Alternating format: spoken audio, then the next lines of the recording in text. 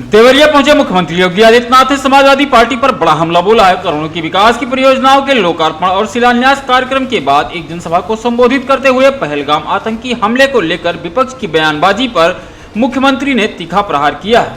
मुख्यमंत्री ने कहा कि राजनीति की भी सीमा होनी चाहिए। जातियों में बांटकर सत्ता सुख भोगने वाले सिर्फ अपने परिवार का विकास करते हैं। आज पहलगाम आतंकी हमले को लेकर सरकार कड़े कदम उठा रही है। देश गुस्से में है तो समाजवादी पार्टी के नेता पाकिस्तान के प्रवक्ता के तौर पर बात कर रहे हैं। मुख्यमंत्री ने कहा कि आज देश गुस्से में है, सरकार आतंकियों के मददगारों के खत्म की बात कर रही है, लेकिन समाजवादी पार्टी के नेताओं के किस तरह के बयान आते हैं यह पता लगाने में ही कठिनाई हो रही है। समाजवादी पार्टी के राष्ट्रीय महासचिव ने कहा कि हिंदू हिंदू को मारता है, कैसे बयान है यह, यानी पाकिस्तान को क्लीन चिट दे रहे हैं। पहलगाम हमले में कानपुर के शुभम द्विवेदी की मौत हुई है। जब समाजवादी पार्टी के मुखिया से उनके घर जाने को लेकर सवाल किया गया तो उन्होंने कहा कि वह हमारे पार्टी का थोड़ी ही था। कितना दुर्भाग्यपूर्ण है और शर्मनाक बात है। देश की संवेदना होनी चाहिए अपने नागरिकों पर। लेकिन जब सत्ता में आते हैं तो तुष्टीकरण की नीतियों की पराकाष्ठा को पूरी करते हुए केवल अपने परिवार के विकास की बात करते हैं, अपने परिवार तक सीमित रह जाते हैं। आपने देखा होगा जब 22 अप्रैल को पहलगाम में पर्यटकों पर हमला हुआ था, आतंकी हमला हुआ था, समाजवादी पार्टी के नेताओं के बयान किस किस प्रकार के बयान आते हैं, ये पता लगाने में ही कठिनाई होती है कभी कभी कि ये समाजवादी पार्टी के नेता बयान दे रहे हैं या कोई पाकिस्तान का प्रवक्ता बयान दे रहा है।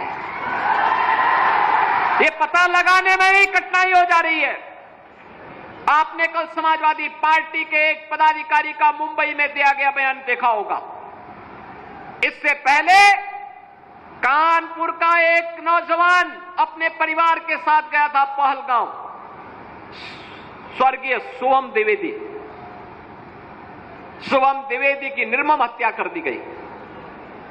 जब पत्रकारों ने समाजवादी पार्टी के अध्यक्ष से पूछा कि आप समाजवादी पार्टी आप वहां क्यों नहीं गए, तो उन्होंने कहा कि हमारी पार्टी का थोड़े था। कितना दुर्भाग्यपूर्ण और शर्मनाक बयान है। बहनों और भाइयों, देश की संवेदना होनी चाहिए अपने नागरिकों पर।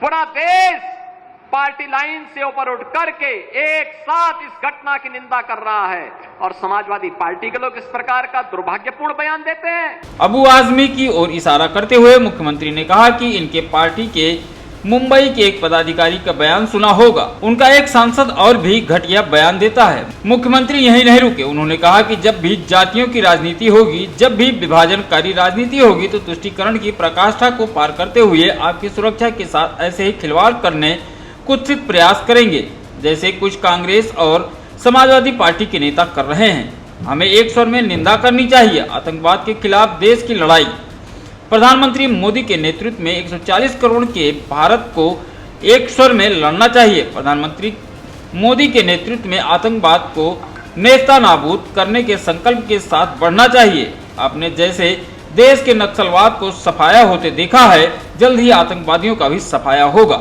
स्पेशल डेस्क जनमत न्यूज लखनऊ।